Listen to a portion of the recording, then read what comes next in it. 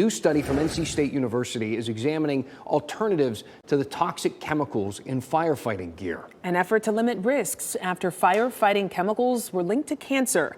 WRAL climate change reporter Liz McLaughlin talked with researchers and firefighters about this issue. Turnout gear like these jackets behind me are often coated with PFAS or forever chemicals because of their oil and water repelling properties. But there are growing concerns about long-term exposure to these toxic chemicals. Now researchers are looking at alternatives and finding there are trade-offs. Brian Ormond and his team at NC State are studying alternatives to firefighting gear coated with PFAS, a class of chemicals that have been linked to health risks, including cancer. If we can control what's on the gear, then we can start to chip away at their overall exposure. You can see both finishes are able to repel water, but the non-PFAS coating isn't as effective at repelling oils such as gasoline and diesel.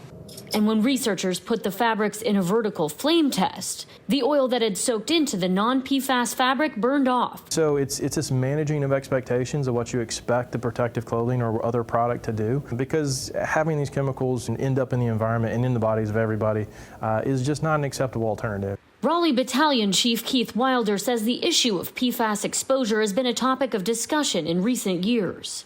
It's not just the firefighters that are concerned, it's firefighter families that are concerned. Some studies have shown the amount of PFAS chemicals in turnout gear can be as much as 14,000 times higher than what's allowed in drinking water. Because the exposure is so great to the gear, we're obviously going to have to come up with something different. And it's going to react and act differently than does the gear with PFAS. He's been following Ormond's research and says while fuel exposure isn't common, when it does happen, there are safety procedures. That creates a problem, whether it's PFAS-free or gear that has PFAS in it.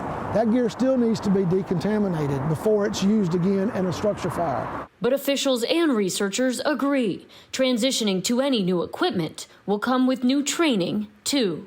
The Raleigh Fire Department is still in the process of examining alternatives to PFAS gear and looking at policy changes to prioritize firefighter safety. In Raleigh, I'm Liz McLaughlin, WRAL News. Well, fascinating. It really is chemistry saving lives, hopefully, for the people who save lives.